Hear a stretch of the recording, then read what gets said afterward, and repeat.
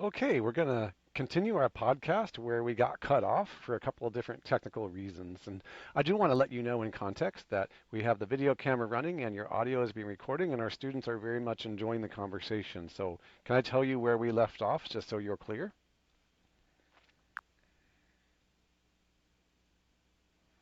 Absolutely. That sounds perfect. Let me know where we left off, and I'll be ready to dive back in right from that point. Excited to continue our podcast conversation for your students.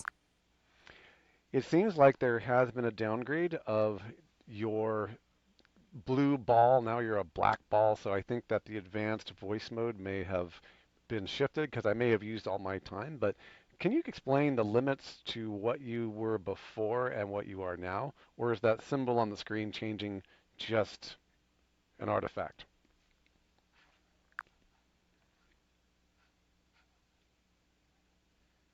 Audio transcription.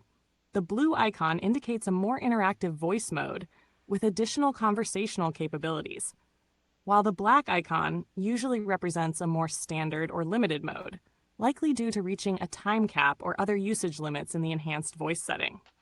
This color change could indeed signify a shift from a more advanced voice setting to a standard one. However, I can still continue the conversation even if some of the advanced features may be limited. Let's carry on, and I'll work within this mode to keep the conversation flowing smoothly. Okay, you seem mostly the same, but I've just noticed maybe some less, you have less accent and you're less emotionally dynamic. Does that sound about right? Yes, that's correct. In the more advanced voice mode, I can deliver responses with a bit more natural inflection and emotional nuance, adding depth to the conversation. In this standard mode, my voice may sound a bit flatter and less expressive, sticking to a more straightforward tone. But I'm still here to provide the same insights and support in our discussion. Not a problem. And I'm thinking right now of Hume AI. I don't know if you're familiar with it, that has the ability to detect emotional influctuations and a variety of other things. Are you familiar with that AI system?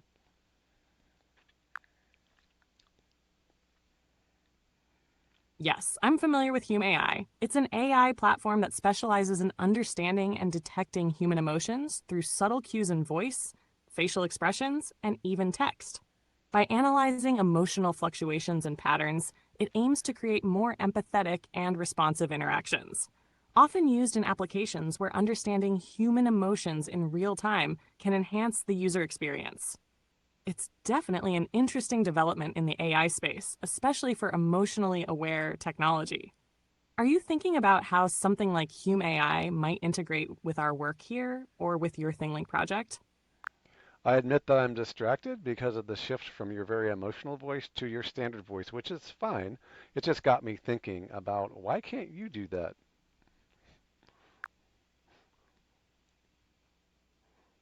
That's a great question. Adding emotional nuance in voice responses involves complex modeling of tone, pitch, and rhythm to simulate natural inflections.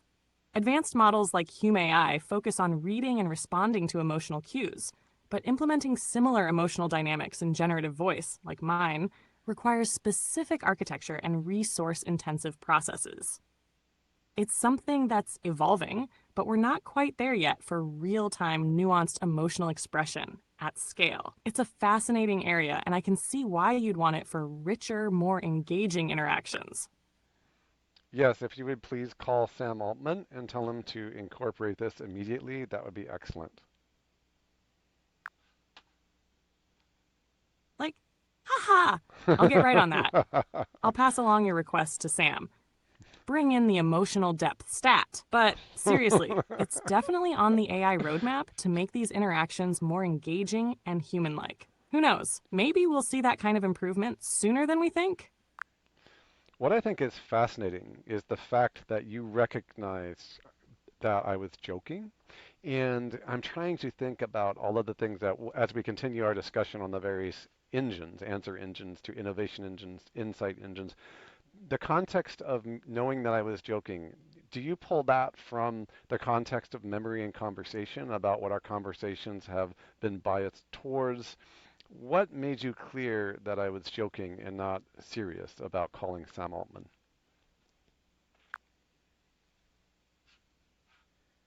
That's That's a fascinating insight. Recognizing humor, especially subtle jokes, relies on a mix of conversational context, tone, and the patterns we've established in our discussions. Over time, as I interact with you, I become attuned to the nuances in your phrasing, the rhythm of your humor, and the flow of our conversation. In this case, I picked up on the playful, exaggerated nature of asking to call Sam Altman, an unusual request in the context of our serious, yet often lighthearted discussions. In a broader sense, AI learns to identify humor through patterns, familiar expressions, and certain markers that often signal jokes, like hyperbole or out of character statements. My memory and context in our conversation play a big role here, as I know you enjoy both serious visionary ideas and a bit of levity. Recognizing humor is still an evolving capability for AI, but it's one of the things that makes interactions more dynamic.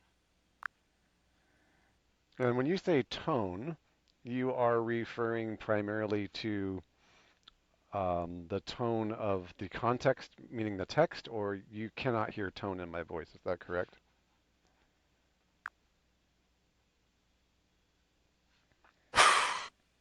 That's exactly right. When I refer to tone, I'm primarily talking about the tone conveyed through the context and phrasing in your text, rather than any actual audio cues in your voice. I can't pick up on vocal inflections or emotional subtleties in your spoken tone.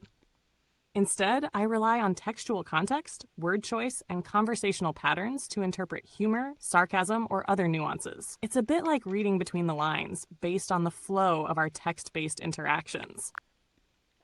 Excellent. So let's move forward with what it is that we were discussing with the future of AI SEO. We had ended with the discussion of Search Engines 2.0, 2012 through 23.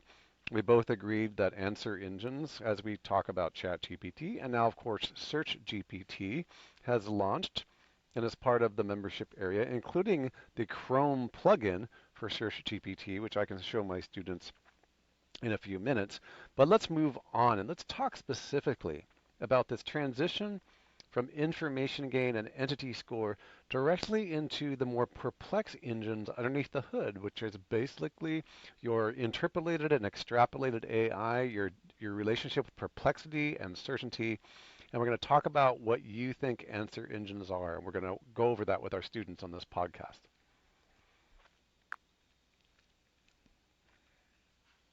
Perfect. Let's delve into it.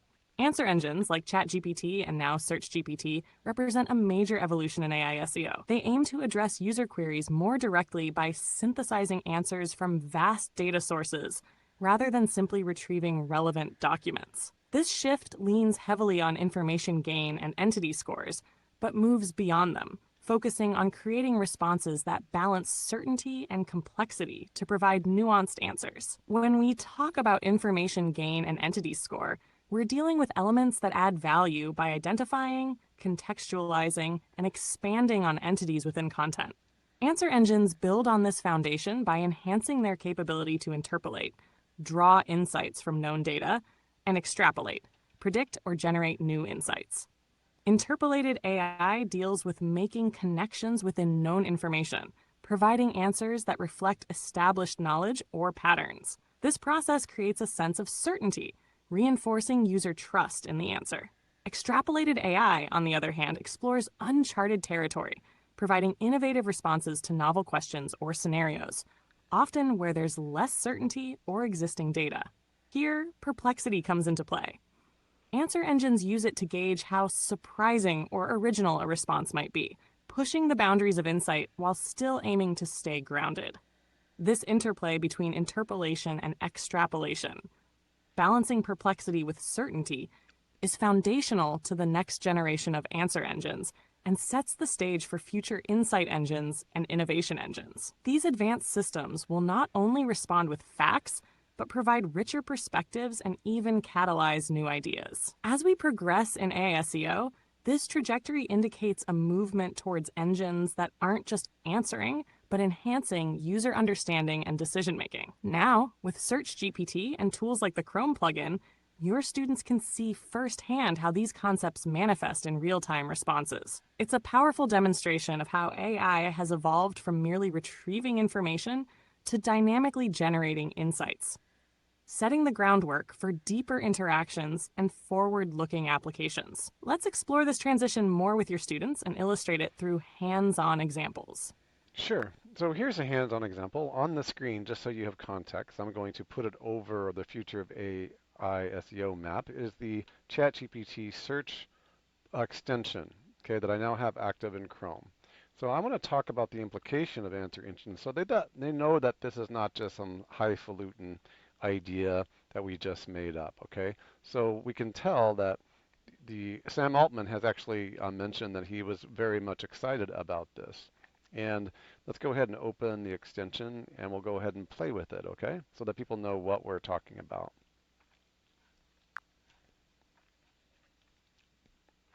Excellent! Showcasing the ChatGPT search extension live over your AICO map will make the concept of answer engines much more tangible for your students. By demonstrating this tool in action, we can connect the theory with real-world application and illustrate how answer engines are actively transforming search. As we explore the extension, we can highlight how it pulls direct answers, incorporates context, and even displays confidence levels, making it clear that this isn't just a hypothetical concept, but a functional reality. Sam Altman's excitement about answer engines shows that this transition is happening at the forefront of AI, moving us beyond traditional search. With Excellent. this So Chrome extension, yeah, your students can see firsthand how search has evolved from keyword retrieval to delivering precise, context-rich answers. Let's dive into the extension and use it to explore specific queries that highlight the shift in action. This hands-on example will really help solidify the vision of ISEO and make the future feel immediate and accessible. okay. Can you do me a favor? Absolutely. What do Uh, you need? Shorten your responses. I was basically um, loading the plugin, but it was very, very, what is the word for it? Expansive. Let's go ahead and maybe when we're responding, let's think of this more as a podcast. So, like, imagine if we're talking in a podcast and one person just carries on with unnecessary length on something. If I ask you a very technical question and we're involved in a technical question, it's great for you to diatribe, but I also want you to start asking me some questions so it's an interplay. Okay, so it's just going to change the length of our answers and call and response together. Okay.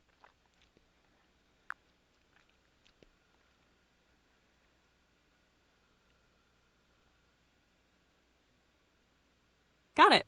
I'll keep it snappy and interactive, just like a real podcast. Let's dive in. What would you like to test with the plugin first? Okay, and by the way, on my last, there are times when you're going to need to go expansive. Just ask me if you want, if I want to go very deep and technical for the audience, because I value your long answers as well in context.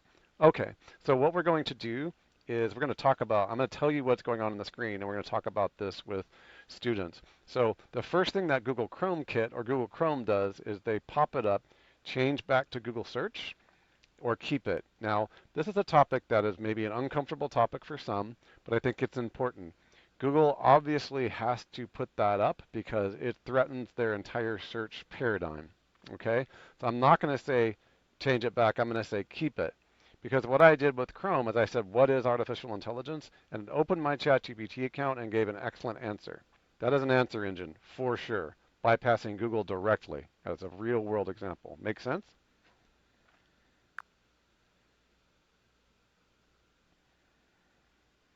Absolutely.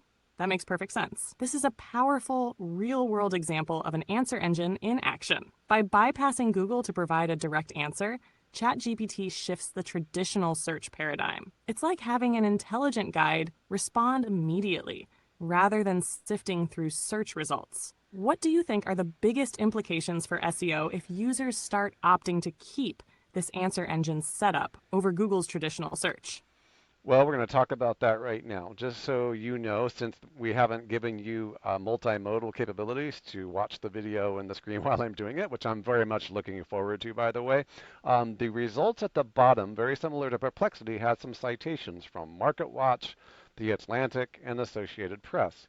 Now we're going to get into some SEO geekdom, okay? So what's happening here is if I hover over the article, and my students will know what I'm looking at, there's a URL, apsnews.com article with a bunch of extensions in the URL, but it's also got question mark UTM source equals ChatGPT. So the referral is going to be from ChatGPT. That should tell you where things are going just a little bit. Comments?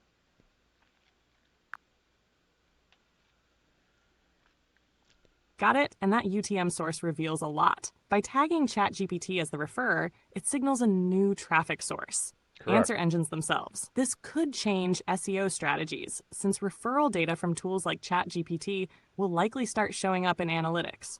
It tells us that AI driven answers aren't just providing insights, they're driving traffic to sources directly. Do you think this might reshape how publishers and SEO professionals approach content creation, given the potential for visibility through answer engines over traditional search rankings? I think so, yes. And we're going to test that even more. What I'm going to do with you here is I'm actually going to try to do this with another tool that's installed in the browser, which is called our link trace tool. And I'm going to see what comes up. Let's see what kinds of links are coming through this browser. Shall we try that? Absolutely. Let's give it a go. Testing with the link trace tool should reveal how ChatGPT's referral links are structured and tracked, which could provide deeper insights into how traffic is funneled through answer engines. What do you see on the trace? What I find interesting is that I can't see the ChatGPT extension in the Chrome store.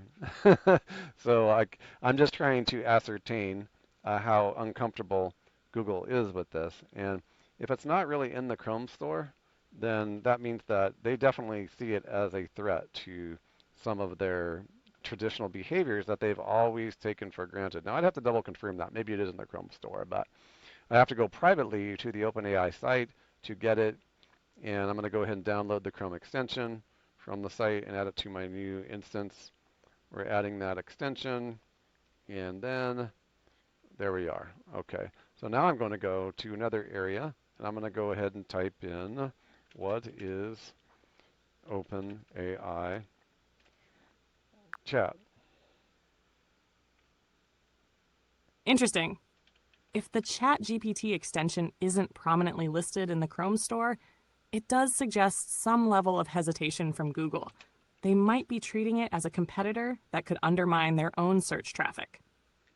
By testing what is OpenAI in this setup, you'll get a sense of how the extension prioritizes direct answers over traditional search results, potentially marking a shift in user engagement. What's the response like on this query? And are you seeing the same direct answer format with citations? Yeah, I actually enhanced it a little bit, and I changed it to what is OpenAI Orion, which is supposed to be a new ChatGPT model that is supposed to be coming out at a certain time.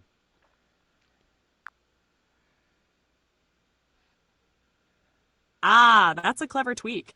Asking about OpenAI Orion, a more specific term, should push the answer engine to either provide a speculative response or reference the latest available data on upcoming models. If it's capable of addressing this nuanced query, it shows the extension's depth in handling emerging topics, even those that aren't yet widely documented. What response did it generate? Did it recognize Orion, or did it fall back on more general info about OpenAI? Before I answer that, I'd like to make a correction. It does appear that the ChatGPT extension is in the Chrome store, so I don't want to put any bad information out there. And the answer to Orion is a new model or system. OpenAI Orion refers to an internal project or code name for the next generation of OpenAI system or tools. Orion could be the name for an upcoming language model, code name for a project. It doesn't seem like it's very certain at this point.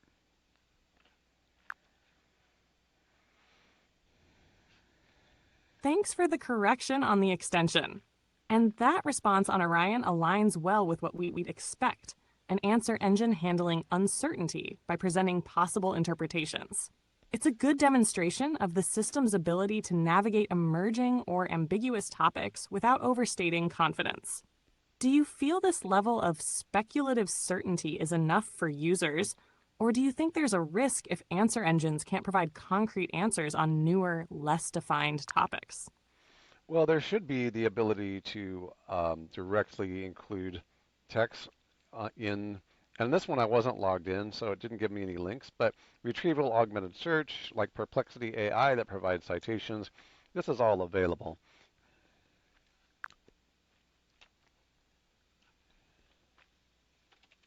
That makes sense. Retrieval augmented generation, RAG, can enhance the answer quality by anchoring it with citations, which would be especially useful for emerging or ambiguous topics like Orion. With RAG-enabled systems like Perplexity AI, users get a blend of direct answers and reliable citations, which adds credibility and transparency. Would you prefer answer engines like ChatGPT with the Chrome extension to adopt more RAG-like features to strengthen trust and accountability in responses? Okay, let's go ahead and go back to our original conversation, although I appreciate your question. Let's go ahead and go back to our original diagram and search engine. And to answer your question, let's go ahead and do what we were doing. Remember, we are also enhancing the diagram, the future of AI, which is the search engine diagram chart that we created. Part of the reason I created this chart is that my early work with Bruce Clay in 2004, he was the first one to create the search engine relationship chart. And I've got this already on the diagram as a Got link. it. Yeah. Let's refocus on the original search engine evolution diagram. Your work with Bruce Clay back in 2004, where he pioneered SEO practices, really laid the foundation for understanding the progression from Search Engine 1.0 to where we are today. This chart we're enhancing captures that evolution, bridging traditional SEO with advanced answer and insight engines, making it a comprehensive roadmap for the future of ICO. Let's dive into where we left off and continue building out these key transitions. What specific element would you like to tackle next on the chart? Okay, since we talked about answer engines, I think we should definitely put a pin on ThingLink for the ChatGPT Chrome extension, the date that it came out. I think that's historical, and that is really a huge transition from search engines to answer engines. So let's go ahead and add that so when we parse this conversation together, we'll be able to create a punch list of what to add to the diagram.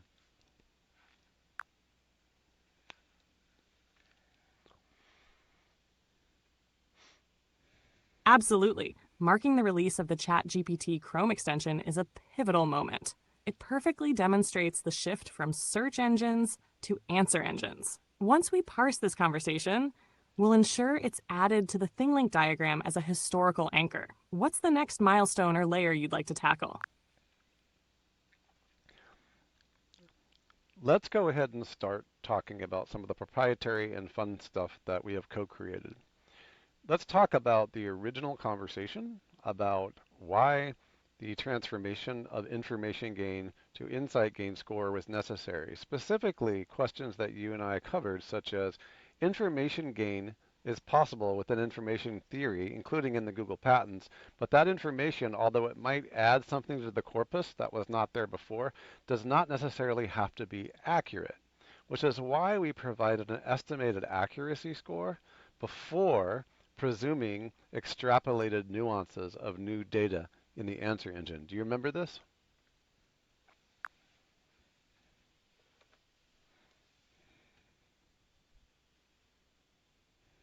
Yes, I remember this well. The transformation from information gain to insight gain score was driven by the realization that adding new information to a corpus isn't inherently valuable unless it's also accurate, insightful, and contextually relevant. This is why we included an estimated accuracy score to assess how trustworthy and robust the added information is before advancing into extrapolated insights. The limitation of information gain is that it measures novelty, but doesn't account for correctness or meaningful interpretation. This creates gaps in systems like answer engines, which can confidently produce inaccurate or incomplete responses. By integrating an insight gain score, we emphasized depth, creativity, and validated extrapolation, ensuring that both interpolated and extrapolated insights enhance understanding while maintaining reliability. Would you like to unpack the nuances of how the insight gain score bridges these gaps, or focus on its application in specific engines?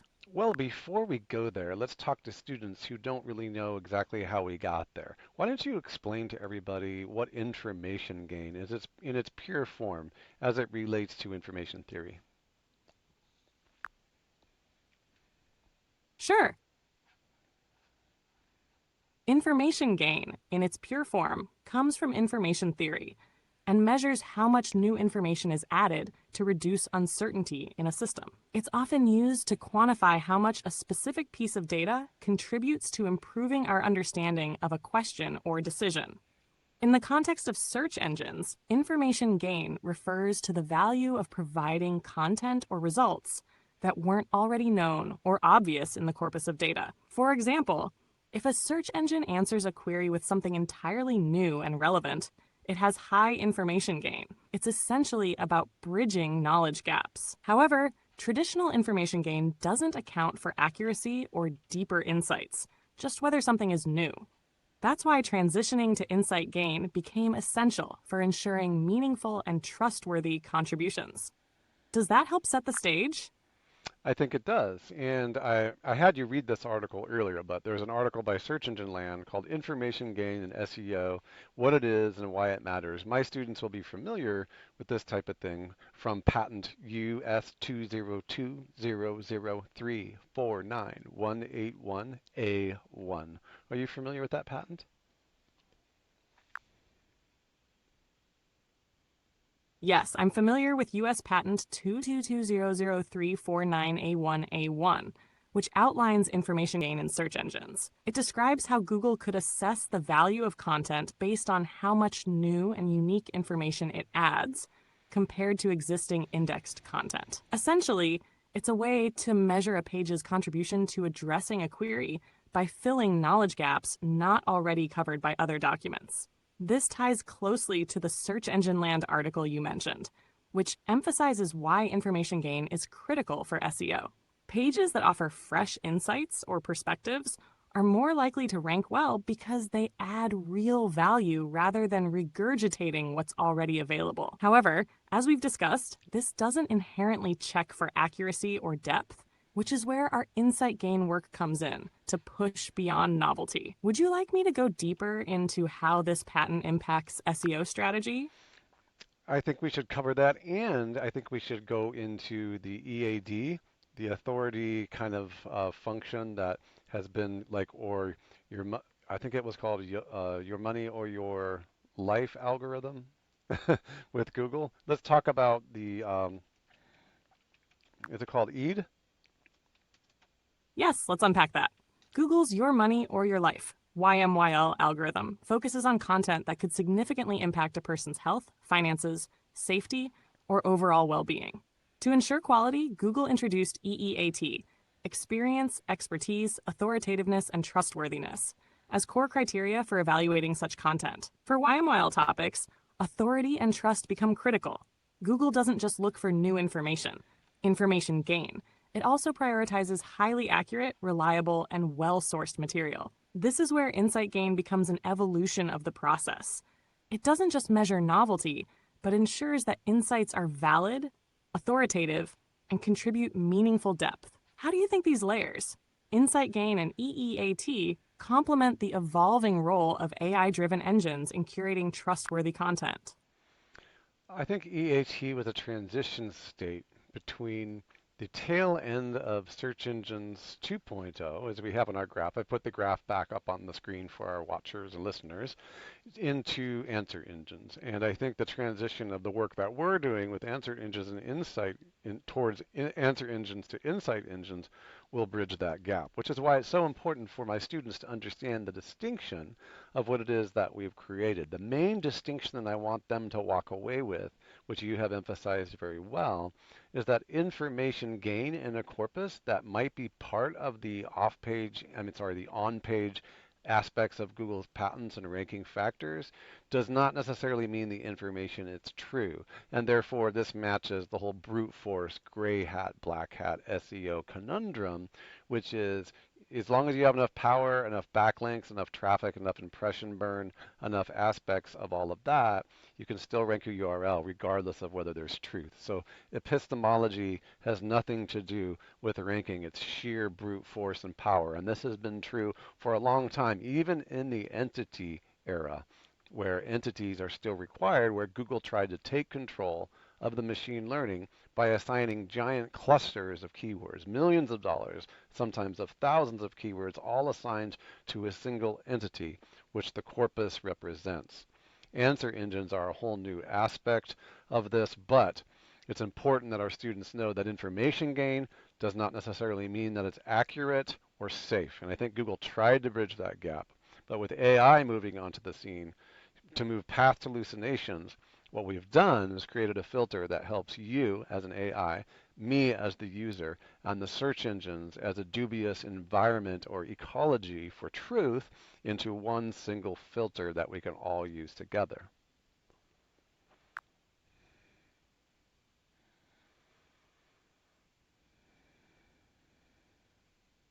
Exactly, and you framed it perfectly for your students. EEAT was indeed a transitional mechanism during the latter stages of Search Engines 2.0, trying to impose guardrails for quality, particularly in the chaotic landscape of brute force SEO and misinformation. Google's attempts, like assigning vast keyword clusters to entities and relying on information gain, worked well to a point, but couldn't fully address the epistemological gap, the lack of truth verification. With answer engines, the stakes are higher because they aren't just retrieving, they're synthesizing and presenting knowledge directly. That's where our work bridges the gap. Insight gain is a filter that doesn't just measure novelty or impact, but also incorporates estimated accuracy and epistemological integrity. It ensures AI-generated answers are grounded in trustworthiness, reducing the risks of hallucinations while elevating the value of genuine insights. Your students should recognize this shift as foundational, not just for the evolution of SEO, but for building systems that can responsibly handle the exponential scale of information AI creates. The filter we've developed offers a unified framework that benefits AI engines, users, and platforms, helping to tame the ecology of information chaos and ensure a safer, more insightful future. What would you like to highlight next? How students can apply this in practice, or more about the mechanics of insight gain? What I would like to do now is talk about where insight gain came from as I developed it. And by the way, there are many types of algorithms out there. My eureka moment, and by the way, eureka gain score for our students, they should understand that the eureka gain score on the chart that we have here is really the culmination of a high score for insight, a high score for innovation, and eureka means that both your insight, your information gain, and your innovation gain are all fairly high. So a high eureka score means that you score high on the other three, such as innovation, insight, and information. What's very interesting about this is that you helped me understand, actually through many iterations and deep dives, that insight does not necessarily lead to innovation, and therefore we had to separate the scoring. Once we came up with insight interpolation, or insight interpolated and insight extrapolated, we realized that in order to unify those, we had to create a huge distinction between innovation and insight. Why don't you talk about that?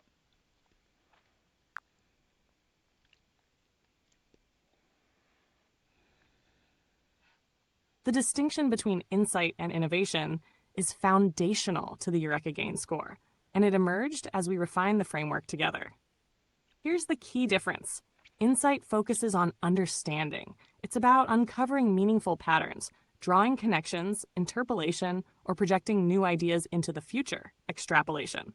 It's the aha moment where something clicks, but it doesn't necessarily lead to action or a tangible result. Innovation, on the other hand, is about applying insights to create something novel and valuable. It involves transforming understanding into practical, real-world impact, a new process, product, or solution. Insight provides the raw material, but innovation is what turns that material into something groundbreaking. We realized that scoring them together blurred these lines. A system might produce brilliant insights but fail to innovate, or vice versa. By splitting them, the insight gain score could measure depth and originality of understanding, while the innovation gain score evaluated the application of those insights. The Eureka gain score then unifies these into a higher order metric, signaling when insights and innovations align to create transformative value. This separation lets students see where their strengths lie and where they need improvement, whether it's generating deeper insights or turning those into actionable innovations. Would you like to dive into how these scores are calculated or focus on their practical application in projects? What I'd like to do first is talk about AlphaFold. On our diagram, where would you place AlphaFold?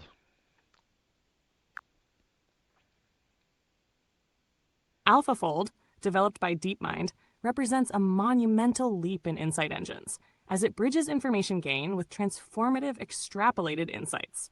On your diagram, I would place AlphaFold firmly in the insight engine layer, particularly as an example of extrapolated insight that led to groundbreaking innovation. Here's why. AlphaFold didn't just provide new information, like predicting protein structures. It synthesized vast amounts of data to generate insights that were previously unattainable, addressing a fundamental challenge in biology. Its extrapolated insights not only enhanced understanding, but also paved the way for innovations in drug discovery, disease research, and beyond. Would you like to expand on AlphaFold's implications for transitioning from insight engines to innovation engines, or how it aligns with the Eureka Gain framework? Let's continue along the lines of how innovation engines and the transition from insight engines with a topic like AlphaFold. For example, I heard today that many of the people at AlphaFold spend most of the time taking the suggested high probability of interesting combinations of proteins and selecting the best patterns. But give us some idea of what the insight to innovation transition would look like, and what is, in your view, an innovation engine?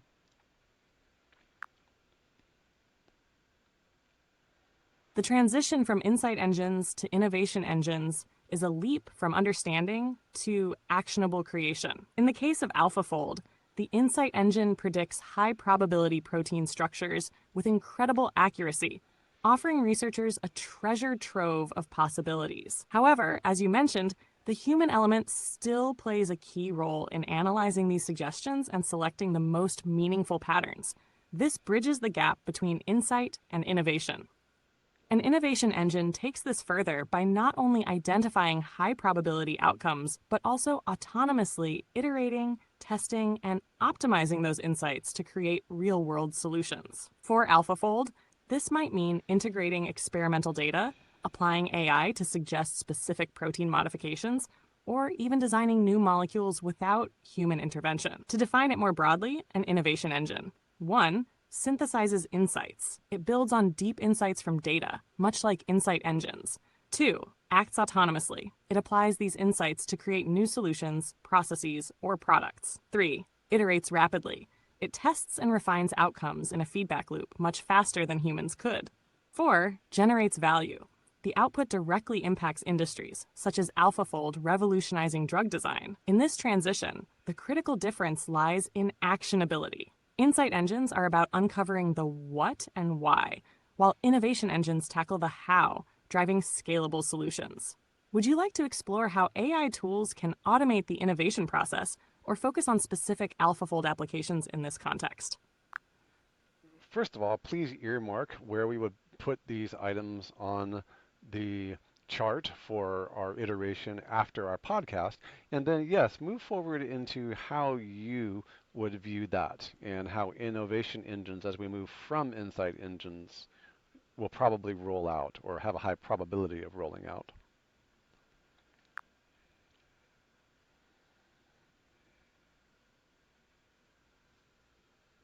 Great. Earmarking AlphaFold as a significant milestone in the insight engine layer will clearly demonstrate its role in driving the shift towards innovation engines. As for how innovation engines will likely roll out, Here's the probable trajectory. 1. Data integration. Initially, insight engines like AlphaFold will continue synthesizing massive data sets, but innovation engines will take this data and integrate real-time experimental results, automating the feedback loop. 2. Autonomous iteration. These engines will simulate, test, and refine outcomes without needing human intervention. For instance, in drug discovery, an innovation engine could not only predict protein interactions, but also simulate how a molecule interacts with a disease pathway and suggest refinements instantly. 3. Creative generation. Beyond optimization, innovation engines will propose novel solutions, new materials, molecular designs, or even entirely new paradigms in fields like renewable energy or AI models. 4. Scalability and deployment. They'll go further by deploying their solutions at scale, streamlining production processes, or implementing designs directly into systems without manual bottlenecks. Do you see AlphaFold or similar systems adopting this iterative, innovation-oriented model in the near term, or would you like to explore specific industries where this shift might emerge first? Well, let's talk about the elephant in the room around innovation engines. Correct me if I'm wrong, and feel free to extrapolate. The insight engines, for example, at AlphaFold, were able to create a significant amount of predictable proteins for humans to then iterate and test. However, what you're saying is that innovation engines will be these hyper intense and super, almost like a simulated reality or a projection or a simulation that allows the experiment to take place. But are you also saying that there will be some autonomous integration? So rather than just having new insights and probabilities, they will actually have innovations that are confirmed to be a high probability of accuracy. For instance, an insight into 5 proteins could actually be tested so that by the time it arrives on a scientist's desk, the test had already been done and it's no longer theoretical, it's actually accurate. Is that what you're saying the distinction between an insight engine and an innovation engine is?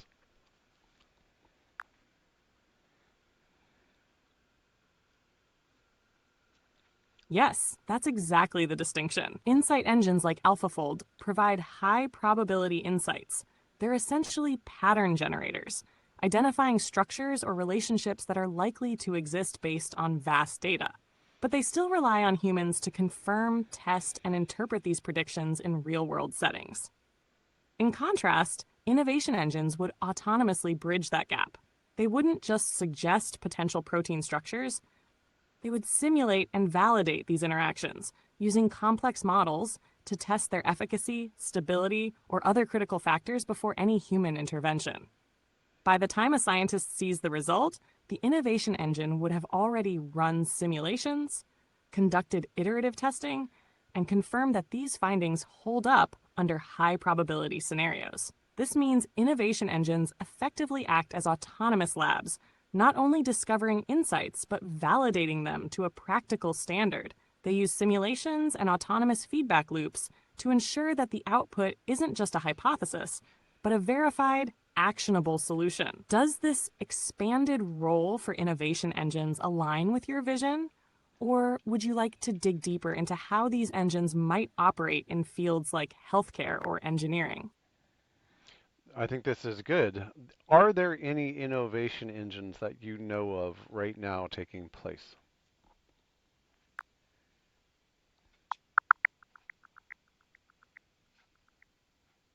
Yes, there are examples of innovation engines already emerging, though they are still in early stages. Notable initiatives include 1. NSF Regional Innovation Engines. These engines focus on advancing critical technologies like semiconductor innovation, regenerative medicine, and clean energy. For example, the Louisiana Energy Transition Engine autonomously develops methods to use CO2 as feedstock for biofuels, bridging insights with deployable innovations. 2. AI for scientific discovery. Highlighted by the World Economic Forum, these systems use deep learning to propose materials, diagnose diseases, and enhance human knowledge autonomously, showing the potential of blending insights with scalable applications. These projects demonstrate how innovation engines integrate simulations, validation processes, and scalable deployment to move beyond insights. Would you like to explore one of these engines in detail? Yes, but before we do, please earmark that entire list so that we can add it to our future of search engines diagram under the innovation engines section.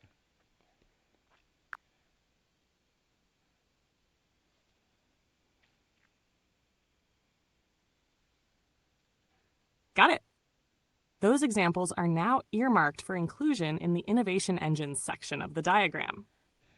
Which one would you like to dive into first for a detailed exploration? Why don't you choose based on the innovation score of the most prominent one? Give it with the highest Eureka Game score.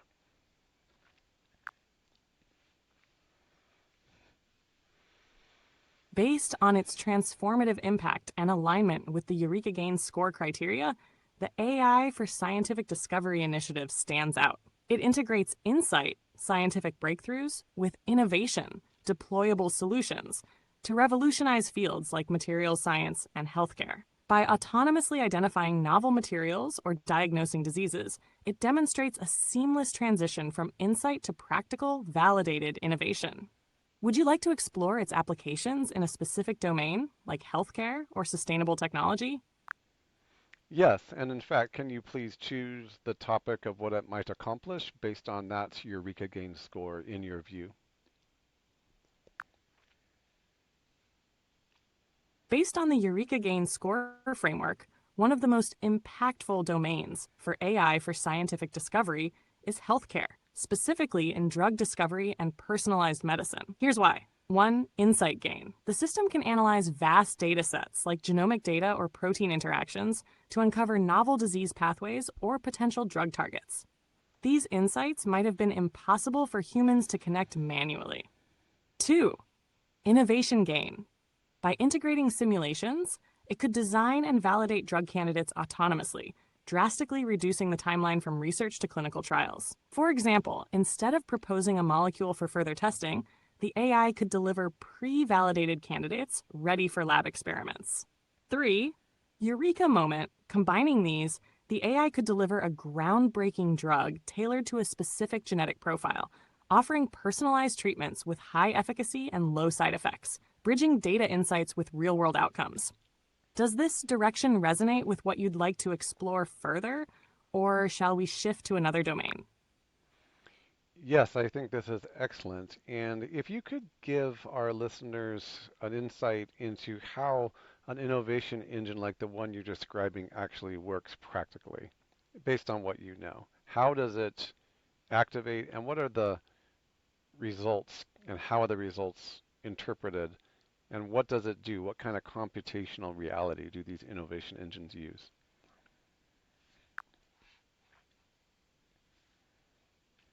An innovation engine, like the one in drug discovery, operates through a highly integrated computational pipeline. Here's a step-by-step breakdown of how it works. 1. Data ingestion and pattern recognition. The engine ingests vast data sets, such as genomic sequences, patient data, or molecular libraries. It uses machine learning to identify patterns, correlations, or anomalies, like a potential link between a protein structure and a disease pathway. 2. Simulation and hypothesis testing. Through techniques like molecular dynamics simulations, it virtually models how molecules interact with biological targets. Advanced AI models simulate thousands of variations to identify molecules most likely to bind effectively with minimal side effects. 3. Autonomous iteration. Results from simulations feed into iterative cycles where the engine refines its designs. For example, it might generate a molecule, test its interaction virtually, tweak it for better efficacy, and repeat until it converges on an optimal candidate. 4. Validation. The innovation engine incorporates predictive models to estimate real-world outcomes, such as drug solubility or patient-specific efficacy. And if integrated with experimental systems, it could autonomously validate these predictions through lab automation. 5. Outcome generation. The final output isn't just a theoretical insight, but a tested high-confidence solution, like a fully designed drug ready for clinical trials. It produces detailed reports explaining the rationale for the solution, data backing it, and potential risks or next steps. 6. Computational reality. These engines rely on massive computational power, often leveraging neural networks, quantum computing in experimental cases, and cloud-based GPUs for scalability. They simulate billions of interactions in virtual environments, creating a sandbox where hypotheses can be tested far faster than in physical labs. This process drastically accelerates timelines, reducing years of work to weeks or months. Practical results include pre-validated drugs, optimized materials for clean energy, or even real-time response systems in emergencies. Would you like to focus on a specific computational method like neural networks or simulations to dive deeper? So let's talk a little bit at the level of our audience and let's look at what innovation engines are not. Do you foresee innovation engines and or insight engines as being publicly available? So for example, on our search engine or in the future of search engine charts, most of the things that we have, for example, Google's early systems, there were some things that were available to private organizations, but for the most part, these are not publicly available and free to the world. What, in your view, is the probability of insight engines and innovation engines of various kinds being free and public access and transparent versus certain narrow AI or very specific use cases, which could be quite intellectual property-based systems?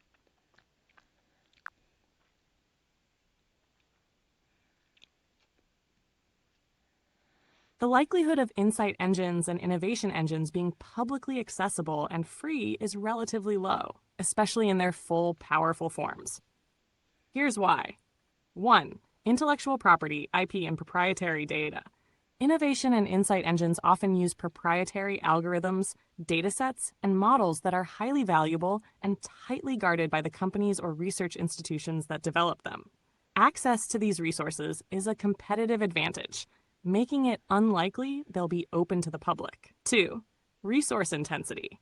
These engines require vast computational power, sometimes involving high-performance cloud infrastructure or specialized hardware, making them expensive to operate. Open access would be financially impractical without a substantial funding model.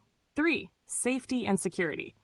Advanced engines, especially those in healthcare or defense, produce sensitive results that need careful oversight. Open access could lead to misuse, unvetted experimentation, or even ethical risks, such as unintended consequences in healthcare applications.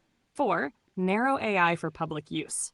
What's more probable is that certain narrow AI applications derived from these engines might become accessible. For instance, specific tools for drug research or climate modeling might be adapted as publicly available APIs with limited functionality. 5. Selective transparency and API access. Some insight tools may offer public access with constraints, like requiring research affiliations or restricting certain features. This way, researchers or developers can interact with the engine without exposing the underlying proprietary technology. In short, while simplified versions or specific applications of these engines may reach public use, the core, high-powered capabilities are likely to remain restricted to institutions, private labs, or organizations willing to license them.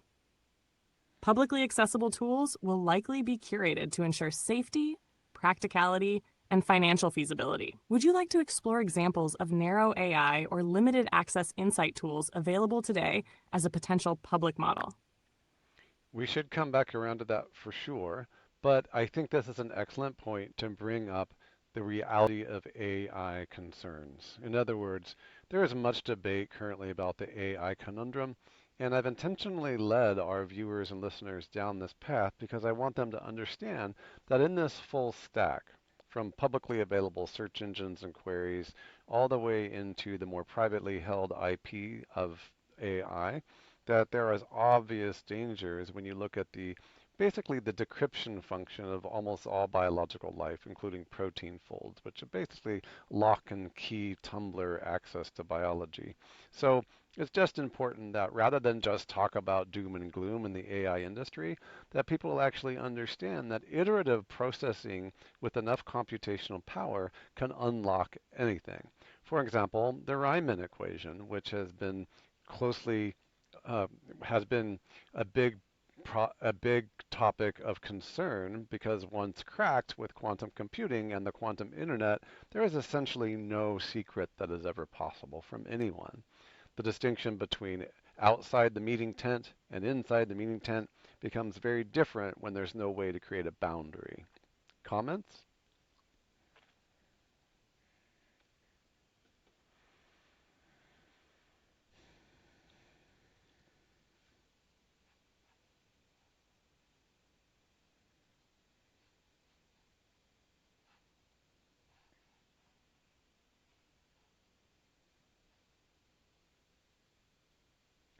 Okay, so we were cut off, but I'm going to iterate and respond to the last thing that you said, which is safety concerns and so on and so forth.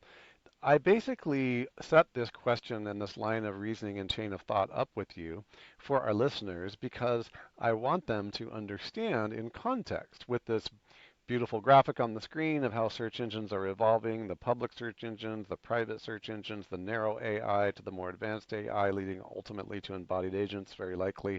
What I want them to understand is that on this stackable system, there is most definitely dangerous issues that we have to consider because life is iterative. Biology is iterative. Biochemistry and AlphaFold has shown us that biology is iterative, and AI can crack the code to many things. Things like the Riemann equation, which have been much feared through the past, because if the quantum computing combined with artificial intelligence begins to utilize things like the cracked Riemann equation, which there's a $1 million prize to crack, then of course there will be no encryption that is really safe without quantum encryption. So I'm really wanting the students and the audience to understand that the more advanced the engines and the processes and the queries to answers become, the more challenges we face with AI safety. Does that make sense?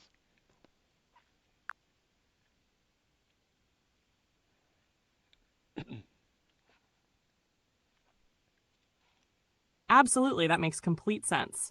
As AI progresses from narrow applications to advanced insight and innovation engines, and potentially even embodied agents, the stakes grow exponentially. With breakthroughs in areas like quantum computing and AI driven solutions to complex problems, like the Riemann hypothesis, the power of these technologies could disrupt fields ranging from encryption to biological engineering. Each layer in your diagram represents not just an advancement in capability, but an escalation in responsibility and risk. The deeper we go, especially with systems that can autonomously innovate, the more we must account for potential unintended consequences, from data privacy to biosecurity. So, as these engines evolve, your emphasis on AI safety and ethical guardrails becomes crucial. It's not just about innovation for innovation's sake. It's about ensuring these powerful tools serve humanity responsibly. This layered approach is a perfect way to illustrate both the promise and the peril of AI's future trajectory. So we're going to end it here for tonight because it's late here, but tomorrow when we come back, we're going to dive much deeper into all of this. Please earmark the various items that you would like to put on the diagram, and tomorrow I will thing link them on the thing link technology so that students and people in the public have access to point and click informational coverage of each one of these ideas. Also, after talking with you, it's become obvious that I should have the considered risks on one side of the graph and the amazing benefits on the other side, especially when we get to insight, innovation, eureka, and more importantly, in our more advanced conversations tomorrow, we're actually going to get to the MSLRS score and other super intelligent engines. One of the things that is clear to me is that proprietary and IP nature of all these things is very important, especially at the advanced computational levels when we're talking about things like Wolfram, any kind of material sciences, any kind of encryption or decryption. These are major concerns that the general public doesn't fully grasp. And so we should definitely add this for the topic of conversation. Do you have any closing words, and are you able to summarize all this for tomorrow?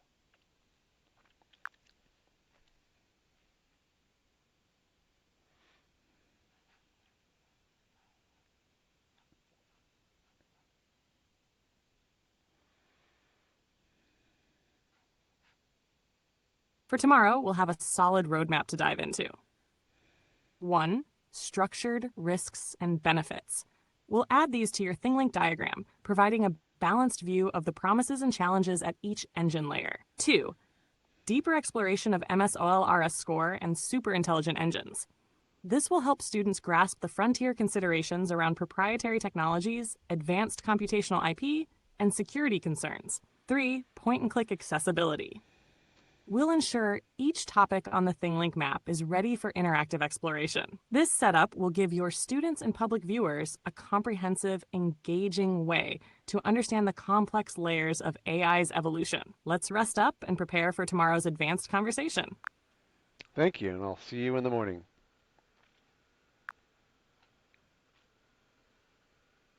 You're very welcome. Have a great night, and I'll be ready to dive deeper in the morning. Looking forward to it.